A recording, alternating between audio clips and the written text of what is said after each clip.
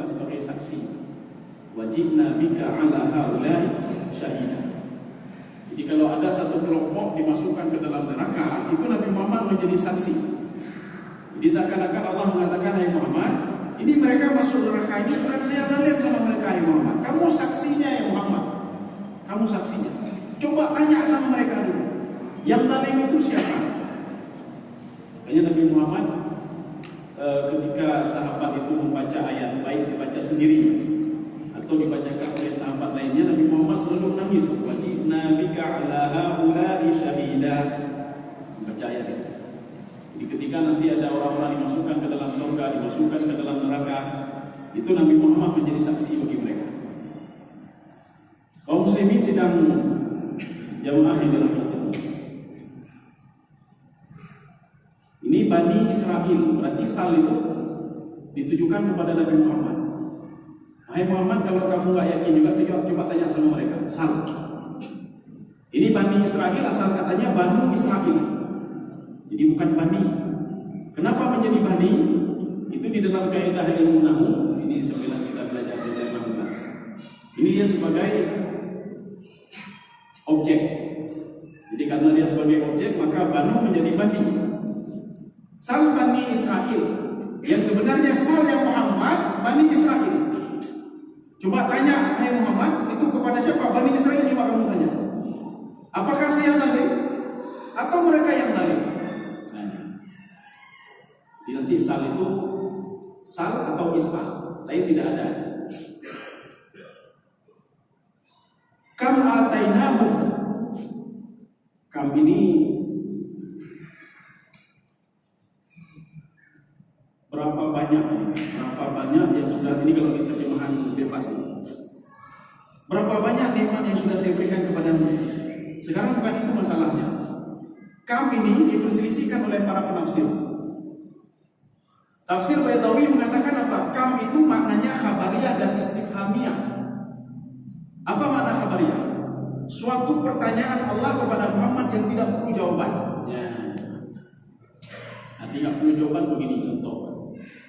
Kita memperingati peringatan, kita ingatkan anak jangan balap-balap, nanti bisa kita berat. Ketika berapa kali kita ingatkan tidak dengar anaknya. Ketika sampai rumah sakit di Gede, kita katakan pada anaknya, Tuhan luka. Nggak perlu jawaban. Artinya apa? Ini orang tua ini mengatakan sudah berapa kali, takrir namanya. Sudah berapa kali saya kasih tahu kamu, tapi kamu nggak mau dengar. Ini namanya kam khabariyah. Pertanyaan yang tidak perlu jawaban. Makanya Imam Baydawi di tafsir ini, beliau agak pusing dalam menjawab ini kam khabariyah atau istifhamiyah. Maka beliau mengatakan kam ini maknanya dua, khabariyah dan istifhamiyah. Cuma beliau saja ini. Jadi dalam tafsir lain tidak, mereka tegak semua, penafsir tegak semua. Kam ini adalah kam khabariyah. Makna kam khabariyah, pertanyaan Allah kepada Nabi Muhammad yang tidak perlu dijawab sama sekali oleh Nabi Muhammad. Anda perlu tahu. Artinya ketika Allah mengatakan coba tanya berapa nikmat yang sudah saya berikan kepada mereka, coba tanya. Nabi Muhammad tidak perlu jawab. Oh le ya Allah, anu kejadian lebih, tidak perlu jawaban. Tapi kalau istifhamiyah itu perlu jawaban. Berapa yang Muhammad? Dijawab, oh dan 5 ya Allah. Ada 5 nikmat yang mereka pungkiri semuanya ya Allah. Ini istifhamiyah. Tapi itu Imam Baydawi saja. Satu lagi dalam tafsir Jalalain. Kalau kita buka tafsir Jalalain, apa kata Imam Jalalain? Imam Jalalain mengatakan kam ini adalah kam istifhamiyah, bukan kam khabariyah. Tapi kita ambil kesimpulan yang paling banyak itu ulama tafsir itu bersepakat hampir 90%. Kam ini adalah kam khabariyah yang tidak perlu jawaban. Artinya apa? Lizajar wa taubih. Artinya apa? Jelek sekalilah Bani Israel. Jelek sekalilah mereka itu Yahudi itu. Sudah diberikan nikmat tapi mereka tidak teringat kepada Allah Subhanahu wa taala. Jadi maka di dalam tafsir Sawi, di dalam tafsir Sawi di situ diungkapkan secara rinci. Kam atainahum min ni'mah. Berapa nikmat yang sudah saya berikan kepada kalian, salah satunya adalah kata Allah, ketika saya kirimkan kepada kalian at-tafadi. Tafadi itu kodok. hama. Tidak ada yang bisa menyelesaikan kodok ini kecuali aku, kata Allah. Saya yang membasmi semuanya ini. Saya kirim kepadamu itu at-tufan, air bah. Tidak ada yang bisa menghilangkan kecuali saya, kata Allah. Hilangnya itu nikmat namanya. Kemudian yang lain-lain juga disebutkan itu secara rinci di dalam tafsir Sawi. Kaum muslimin sedang jamaah yang dirahmati Allah. Min ayatin bayyinah. Ini maksud min ayatin bayyinah. Ini mukjizat. Jadi berapa banyak sudah saya datangkan mukjizat yang tidak mungkin masuk di akal manusia. Kan mana mungkin turun lagi dari langit, kan tidak mungkin itu. Kan tidak mungkin turun berijuk dari langit. Tidak mungkin secara logika, secara akal tidak mungkin. Tidak mungkin lautan terbelah menjadi dua, tidak mungkin. Jadi ini namanya ayat yang bayyinah. Tidak mungkin tongkat berubah menjadi ular. Tidak mungkin. Ini namanya ayat yang bayyinah. Berapa banyak sudah nikmat saya berikan, berapa banyak sudah, tapi kamu tidak mensyukuri nikmat. Jadi ini berlaku juga untuk kita. Beda pikir yang Bani Israel itu jauh. Bani Israel itu sudah tak ada kemana. Ya ke Bani Israel dulu. Ini artinya begini. Di dalam surah Al-Baqarah juga di awal-awal itu, bahkan di dalam surah lain apa kata Allah? Bani Israel itu saya angkat derajatnya dibandingkan kaum-kaum yang lain, kata Allah. Pada masa itu. Kenapa? Karena mereka diturunkan Taurat kepada Nabi Musa alaihissalam. Mereka patuh kepada Nabi Musa. Tapi setelah itu yuharrifuna al-kalima an mawadhi'i. Mereka rubah. Jadi rubah. Maka ketika itu dikirim oleh Allah, mereka ini orang-orang yang tidak mensyukuri nikmat Allah. Dan kebetulan Taurat ya Pak. Ketika itu Allah mengatakan ini halal, ini haram, dirubah mulai. Lembu tidak boleh makan, lembu haram. Karena lembu itu disembah ini. Yang halal dipahalun, yang haram dipahalun. Kaum muslimin sedang jamaah yang dirahmati. Ini namanya ayat yang bayyinah.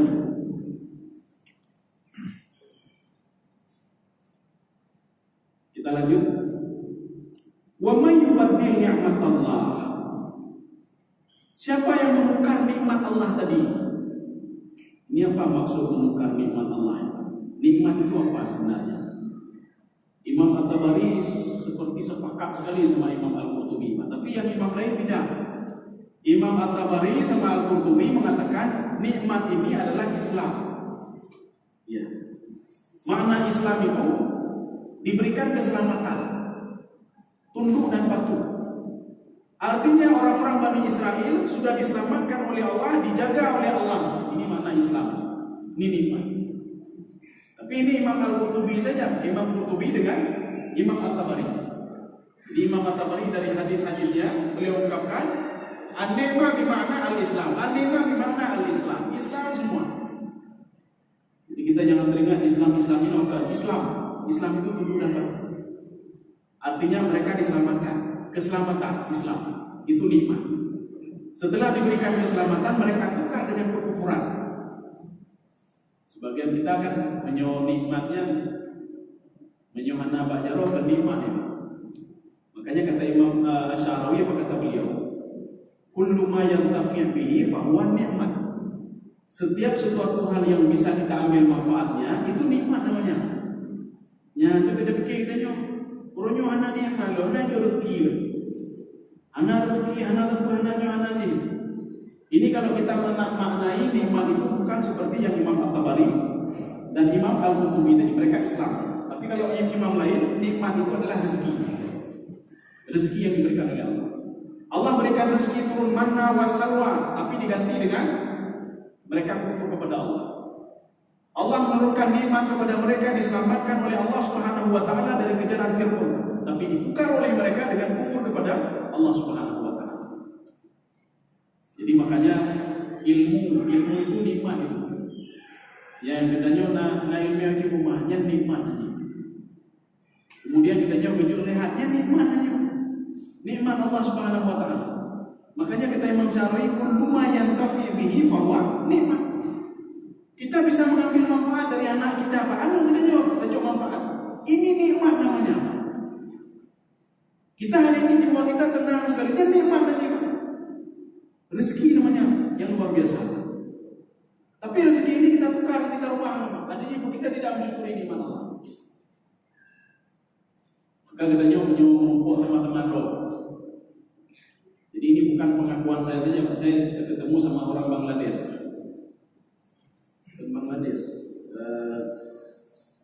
Bangladesh. Jadi kata beliau begini, unik sekali orang Sudan itu. Orang Sudan itu siapa saja kita temui, dari pengemis, urun urun kaya. Kalau kita jumpa sama dia, kita tanya, bagaimana Pak? Sehat, tapi awalnya. Anu bagaimana? Sehat, alhamdulillah. Saya jumpa sama pengemis, lalu tanya, bagaimana? Alhamdulillah, sehat, alhamdulillah. Alhamdulillah, tapi. Jadi dalam murid sahabat alhamdulillah, yang berdoa dalam berdoa, selalu berdoa dia, selalu berdoa. Jadi doa mereka itu bikal afiyah, Allah yusallimah, Allah yukadimah. Itu selalu keluar di mulut mereka. Yang doa awalnya, tapi doa awalnya, dan yang mana kok gimana? Gimana dia? Gimana? Tapi kenapa? Dari yang mana takut orang kaya jawaban tapi benar. Jadi makanya salah satunya mungkin mengadar urungnya sendiri itu. Anak itu malah oleh Allah anak itu selalu mensyukuri nikmat Allah. Yang orang itu kan. Jadi mereka itu kalau sudah tahu ya, yang kalau kita saudara, maka sama-sama mungkin saudara dia. Karena itu mayang, karena itu mayang. Sebenarnya menyukai ada rezeki anak mayang itu. Jadi makanya kata orang Pakistan itu, apa Pakistan itu, Bangladesh, bukan Bangladesh, Pakistan ya. Beliau kerja di Qatar, ibu ada. Saya heran melihat orang Sudan di sini. Ketika waktu sholat, sebelum sholat sudah bertanya, mereka siap-siap untuk sholat. Orang lain hendak belum membayar. Ya, itu yang pertama. Yang kedua, setiap ketemu sama mereka, mereka mendengar mendawa. Rupa ciberdoi jilukan. Ini saudara benar. Di sana juga mereka seperti itu. Setiap ketemu sama-sama saudara yang muak, yang punya orang kaya, punya muak yang kibat apa? Nah, tapi awalnya. Nah, mudah-mudahan menyuruh rezeki, tapi bina apa? Anak pernah mengeluh, ada yang mengeluh lebih. Jadi makanya hijau kelimpahan tapi ada Allah. Karena kita yang mengeluh. Bagaimana baca? Maka tidak perlu baca. Tapi ketika mengeluh awalnya dengan akibat Allah berkah dulu, Allah beri berkah. Padahal kita berkah lagi. Memang setiap hari berkah. Ini namanya nikmat. Kita tidak tahu nikmat yang mereka temukan. Mungkin ketenangan jiwa, tenang jiwa. Ini temayang pakai keren-keren dulu jemaah yang tapi jiwanya tenang sekali. Kita nyoba temayang dalam masjid memang tapi ada tenang jiwa lain. Ketenangan jiwa juga suatu nikmat. Jadi maka Allah katakan, "Wa may yubaddil ni'matallah." Ini Allah yang katakan kepada Bani Israel. Ada enggak orang seperti Bani Israel lagi kata Allah yang menukar nikmat? Aku berikan nikmat tapi dia tidak teringat kepada aku kata Allah. Wa may yubaddil ni'matallah. Kaum muslimin sedang jamaah yang dirahmati Allah. Jadi di dalam tafsir Al-Wasit yang dikarang oleh Syekh At-Tantawi, beliau mengatakan begini. Itu orang Yahudi itu mereka ingkarkan kalil nuksan dalil, bukan kurang dalil, tidak. Dalil sudah cukup. Bani Israel itu dia kufur kepada Allah, kata ini Syekh Tantawi dalam tafsirnya Al-Wasit, bukan karena dalil itu kurang, bukan. Karena apa? Lijuhudihim, karena mereka itu ingkar, luhule, wa itharul hawa, dan mendahulukan hawa nafsu. Jadi maka itu yang menyebabkan mereka kufur. Yang udah jadi kurang dino. Apa yang kurang kita sekarang? Majelis-majelis ilmu banyak sekali. Apakah anda kalau dah jangan kita belum udah jadi banyak sekali sekarang. Apakah kurang? Agama kurang? Tidak. Gedanya mana nantinya? Ini banyak sekali. Kaum muslimin sedang jauh dari yang menyuruh penting ini dan yang lumayan hanya untuk beli. Jadi di Sudan itu memang mereka ada kajian talaqinya tadi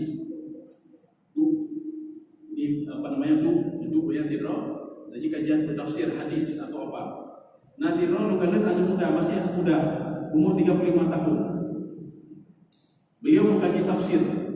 Itu bina. Apa yang bukan tafsir umum? Yang kamu yang bina tentang anak tersebut. Luar biasa ilmunya. Luar biasa. Jadi makanya katanya kesempatan akan baca ada jadi. Ini yang dikatakan oleh Allah Subhanahu wa taala dalam tafsir Al-Qursi itu. Jadi orang-orang Yahudi itu bukan kurang ini tidak. Mereka itu kenapa? Karena kerulen. Kemudian ada disebutkan wal hasad. Hasad itu dengki. Wa itharul hawa. Mendahulukan hawa nafsu. Urung bana ini pun sinanya hari ini pun. Urung bana ini pun korupsinya hajit itu pun. Apakah orang tidak tahu kalau ngomongin orang lain tidak bagus? Mereka tahu. Ini karena apa? Itharul hawa. Kaum muslimin sedang jemaah. Min ba'di ma ja'at sufa innallaha syadidul 'iqab. Allah bilang ada masalah. Awalnya ayat itu anak telah kata Allah. Setelah saya datangkan Al-Qur'an kamu berubah katanya. Di Quran kan sudah ada. Kita tidak mau baca enggak ada masalah kata Allah. Wallahu syadidul 'iqab. Itu kalau di dalam terjemahan Allah itu azabnya sangat pedih ya. Apa? Sangat pedih. Sangat keras. Iqab itu apa asal katanya? Iqab itu berasal dari kata aqbah. Aqibah yang kamu. Arti aqibah yang kamu ini air ini ketika SMP yang ada bayangan, ini namanya aqibah yang kamu. Karena kemana dia pergi bayangan itu akan terus mengikuti dia. Ini namanya aqibah yang kamu. Di dalam bahasa Arab, kalau kita melihat kalimat begini, fayaqabu wara'ahu, itu artinya dia mengikuti terus di belakangnya. Fi aqibihi. Aqibihi artinya apa? Sahabat ini selalu bersama Rasulullah. Orang yang buat hal seperti ini kata Allah, itu azab selalu mengikuti dia. Ini namanya iqab. Ini asal kata aqibah yang kamu. Makanya kalau benarnya aqibah yang kamu benarnya yang ini ke akiyahnya. Dia selalu di belakang, tidak pernah di depannya. Tumin ya. Ya, akibun. Makanya kemana dia pergi dari belakang. Orang yang ingkar kepada Allah itu azab selalu mengikuti dia. Cuma prehendak tunggu tanggal lainnya. Setelah dia meninggal, kain lagi. Karena dia selalu mengikuti. Jadi jangan kita pikir sudah terlepas, tidak. Orang korupsi urungnya sudah terlepas, tidak. Orang berbuat maksiat terlepas, tidak. Kaum muslimin sedang jemaah di dalam hati. Kita lanjut satu ayat lagi.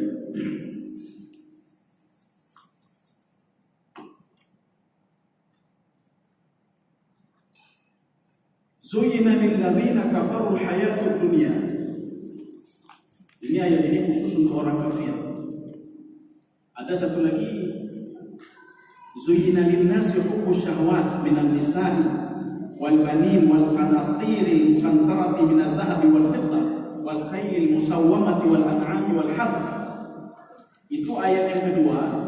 Itu untuk semuanya, termasuk untuk orang-orang mukmin. Ayat yang kedua, Allah ingin katakan begini.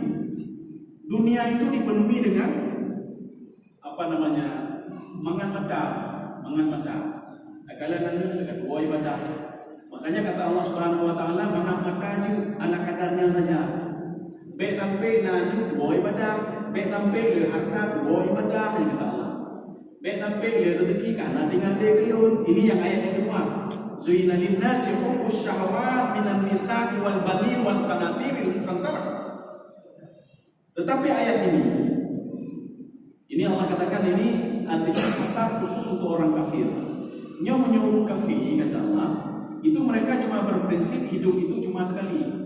Menyuruh anak korupsi jino baca la ilaha. Menyuruh anak tadlimi kau jino baca la ilaha. Menyuruh anak pupuk jino laju baca la ilaha. Menyuruh anak jahat kahir laju baca la ilaha. Ini namanya zuyyina lil ladzina kafaru. Kita jangan salah nyo nak fikir nyo kafir nyo kakek guru boleh kafir. Padahal kafir di sini masuk dua kategori. Yang pertama kufur iman, yang kedua kufur i'tiqad. Dia orang kufur i'tiqad ini sini juga masuk. Orang kufur nikmat juga masuk ke sini. Jadi orang kufur nikmat setelah diberikan nikmat oleh Allah ini seperti Yahudi tadi. Pada kalinya nikmat dia pungkiri nikmat. Waktu nggak dapat nikmat dia berdoa kepada Allah. Jadi mereka itu dalam benak mereka al-hayatud dunia. Semua kehidupan dunia. Lain ada mikir, dia mikir dunia saja mikir.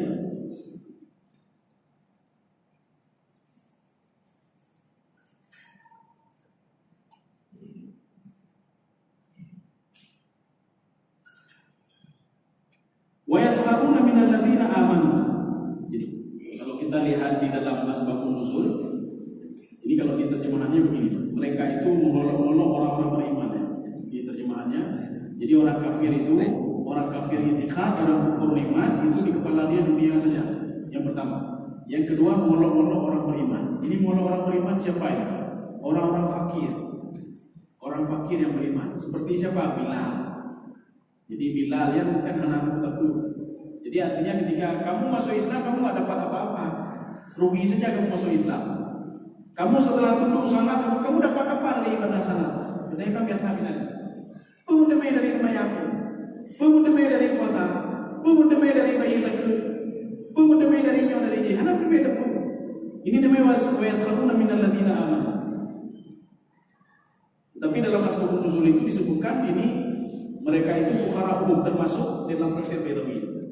Di tafsir Baidawi menyebutkan itu mereka mengolok-olok orang fakir ya. Sehingga ketika suatu hari Abu Jahal mendatangi Nabi Muhammad SAW. Kalau saya masuk Islam,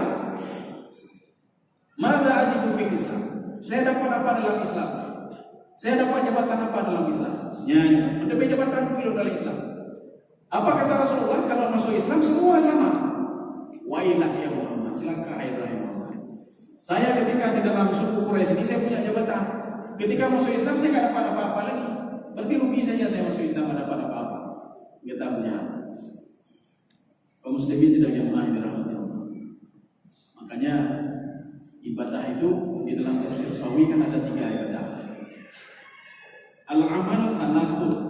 Amal itu 3. Yang pertama, man kana yuridu bi amalihi al-hadzu al-fani fa huwa adna darajah. Jadi kalau ada orang dia itu beramal, dia salat, dia ibadah khusus untuk supaya hebat dari kau. Ya, dari kau. Yang menyuhana temayang dipilih ini. Yang menyuhana temayang itu dipilih kau ukurannya apa? Fa huwa adna darajah. Ini derajat yang paling rendah sekali, paling hina sekali. Dia nggak dapat apa-apa kecuali itu jabatan. Ini yang pertama. Yang kedua, makana yuridu bi amalihi al-khauf minan nar. Ada orang yang sholat karena takut masuk neraka. Ya. Kemudian wajazilat shawab. Dia ingin balasan surga dari Allah. Di ketika yang mayang, akilah lu mayang modal pada itu dalam neraka itu. Atau ini, alah lu mayang demi bahalan. Ini tipe model kedua. Tipe model kedua. Dia sholat karena takut kepada neraka. Dia sholat karena supaya dapat balasan dari Allah. Jadi kita lihat nomor 3. Ini yang nomor 2 ini tinggi sedikit derajatnya dari yang pertama tadi. Yang ketiga, makana yuridu bi amalihi wajh Allah. Di barang siapa yang dia itu ibadahnya karena ingin ikhlas karena Allah. Hati. Di ibadahnya sekarang kita bedakan apa beda nomor 2 sama nomor 3. Kalau nomor 2 yang menyuih mayat cukup hair dulu. Hair. Kaki lalu dua rakaat daripada dalam neraka. Kaki lalu bayu tak laju daripada itu dalam neraka. Cuma hati yang aja.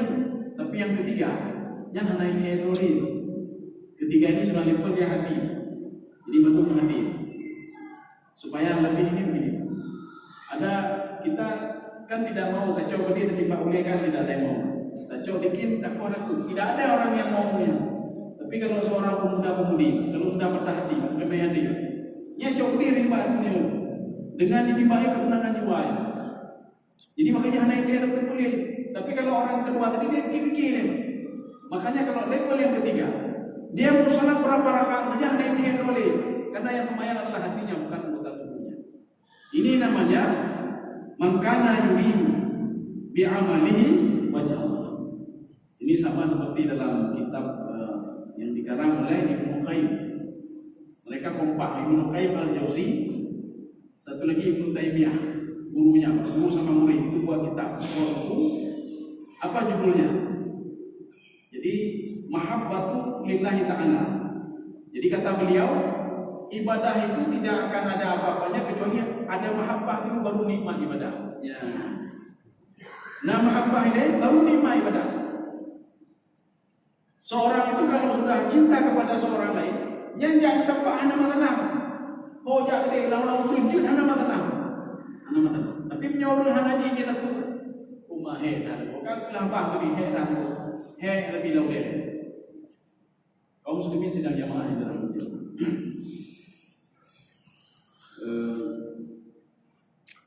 Kita lanjut sedikit lagi, kemudian kita buka pertanyaan. Walladzina taqaw fawqahum yawmal qiyamah. Jadi maka Allah katakan begini, nanti hai orang-orang kafir, itu orang-orang mukmin itu mengolok-olok kalian nanti, tak kembali. Yang lagi bila urung nanti di hari kiamat nanti, itu mereka mengolok-olok kalian. Yang dulu kalian mengolok-olok mereka, yang orang yang duduk-duduk masjid dari maghrib ke isya, supur ya apa itu tak dulu. Akhirnya apa? Sudah terbalik kata Allah. Ini terbaliknya begini, walladzina taqaw fawqahum yawmal qiyamah. Wallahu yarzuqu man yasha'u bighairi hisab. Jadi Allah itu memberikan rezeki kepada yang Dia kehendaki. Arti rezeki di sini itu fi daraini dalam tafsir Baitawi. Darah ini di dunia dan di akhirat.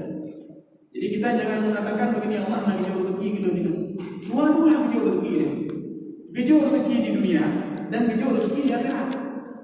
Tapi kalau orang kafir, itu rezeki di dunia saja. Jadi mereka diberikan rezeki oleh Allah di dunia saja.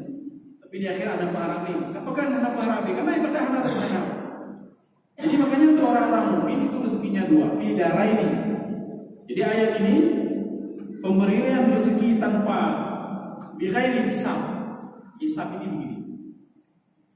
Jadi dalam bahasa Arab kan ada kalkulator. Ditanya gaji non betul. Kalinya, bonusnya ada mana-mana. Ini namanya hasub namanya. Alat penghitung itu hasub. Kalau bighairi hisab, tidak pakai penghitung lagi kata Allah. Artinya apa? Banyak sekali saya berikan nikmat kepada kalian. Cuma kita saja kecil Allah tapi pada mana nikmat? Mana rezeki? Coba kita mensyukuri nikmat alhamdulillah dengan beragam. Jadi makanya Allah katakan barang siapa yang wa yashkur fa inna ma yashkuru li nafsi. Kemudian dalam ayat lain, barang siapa mensyukuri nikmat Allah akan dilipat gandakan lagi, lipat gandakan lagi. Sekarang masalahnya kita tidak pernah mensyukuri nikmat Allah. Ini dah lagu orang. Kamu demi ni loh, orang lain anak demi lagu loh. Orangnya pun demi lebih loh. Ni dah lagu orang tapi ni dego. Mukro tapi bukan. Jadi makanya nikmat tidak akan pernah ditambah oleh Allah Subhanahu wa taala. Bukan enggak salah kalau kata Allah wa qalilun min ibadiyas syakur. Sedikit dari hamba-Ku yang bersyukur. Terus aku berikan nikmat. Padahal nikmat jangan dapat nikmat tentang jiwa, nikmat anu ke akaian. Ini nikmat luar biasa. Nikmat luar biasa. Kaum muslimin sedang jamaah dalam Allah. Mungkin ada yang perlu ditanyakan, Ibu silakan. Ya. Waktu 7 menit.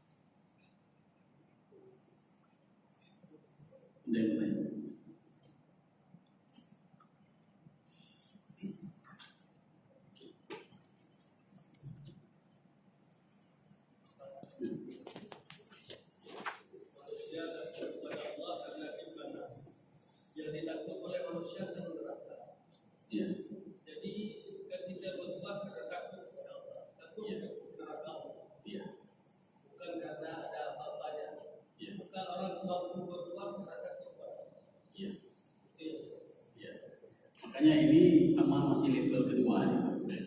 Kalau sudah masuk amal level ketiga, ini lagi Rasulullah lagi sahabat Pak. Katanya mungkin anak program level kedua ya Pak. Rasulullah sangat bahkan dalam sebuah riwayat itu bacanya panjang-panjang sekali. Yang menyuruh arah ini baca dari yang itu boleh. Baca Nabi. Cuma menyuruh ke level kedua, anak tinggal. Artinya apa? Maka seperti kata Ibnu Qayyim tadi. Al-ibadah la takunu ibadah illa bil mahabbah. Orang kalau sudah mahabbah, itu sudah level mahabbah, sudah cinta kepada Allah. Rezeki pun lagi sedekah berapa saya demi juga hanya dipikir. Tapi kalau level kedua belum dipikir. Maka kurang apa ini? Daripada anak tak pun di akhirat. Di level kedua. Kitanya mendapat level kedua ya. Jadi kalau level ketiga itulah ada sistem apa katanya? Mahabbah. Ada bukunya, mungkin terjemahnya nggak tahu tak ada tak. Jadi yang punya Ibnu Qayyim mereka berdua mengarang buku itu, judulnya Mahabbatullah Ta'ala judulnya. Tebalnya segini. Ya, jadi kata beliau, kenikmatan ibadah itu tidak kita jumpai kecuali dengan mahabbah. Yang kedua hanya nikmat ibadahnya, walaupun dia takut neraka, dia akan neraka. Tapi kalau sudah level ketiga, itu nikmat sekali luar biasa. Salat nikmat, ibadah nikmat, berinfak nikmat, aduh nikmatnya. Hana itu pilih. Temayang tu mau tinju hana watana apa yang hana tinggal kenali. Seseorang seperti tadi kalau sudah patah hati, ya yang mudah patah hati, coba dia timbang oleh. Secara logika hanya ada melakainya. Makanya kalau mahabbah itu sesuatu hal yang tidak masuk akal, hanya mahabbah nanti. Tidak mungkin secara logika orang bisa berdiri 1 jam di segi dia salat. Tidak mungkin secara logika orang bisa berdiri sampai 5 jam seperti Rasulullah. Karena sudah mahabbah. Yang cuma berarti level kedua. Ya. Jadi seorang kalau kenapa salat daripada itu dan neraka. Tapi katanya tidak mau nikmat. Ya, apa yang ramai hanya 20 rakaat. 40 rakaat tu dia. 2 rakaat. Nyuruh level kedua apa? Anak belum selesai dulu.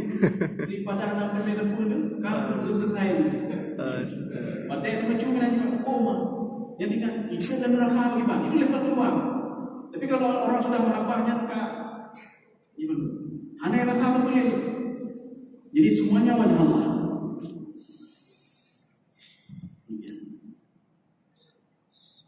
Ustaz, dari cerita tadi Ustaz, masalah mahabbah tadi kan, kecintaan pada Allah tadi Ustaz, apakah kita boleh mengharapkan pahala Ustaz?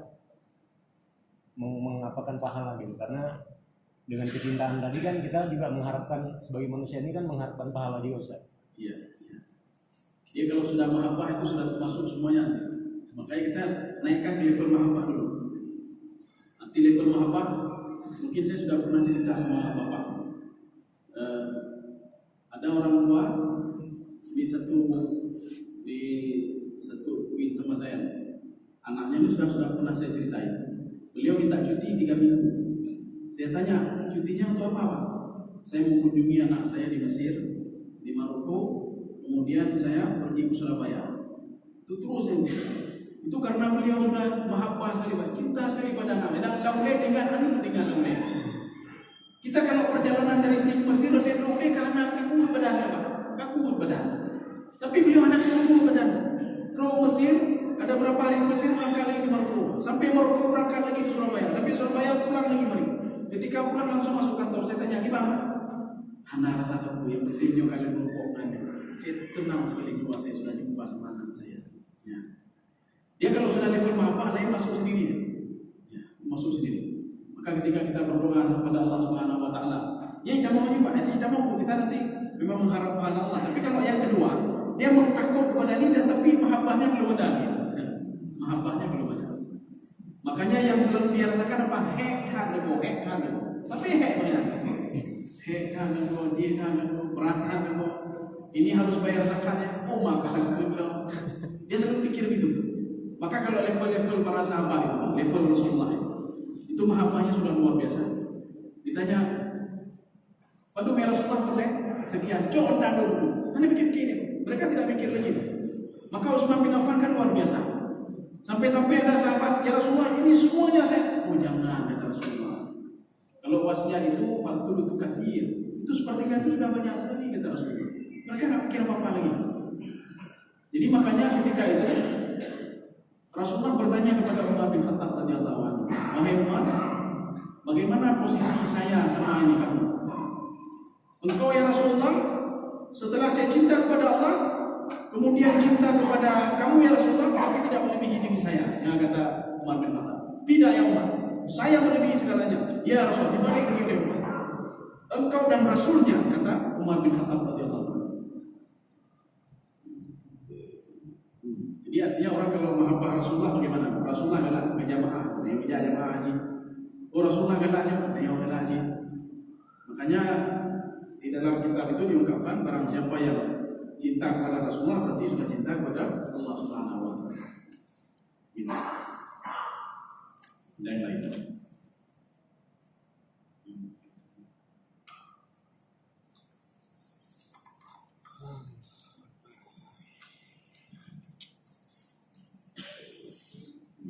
Di minggu depan nanti ayat 213.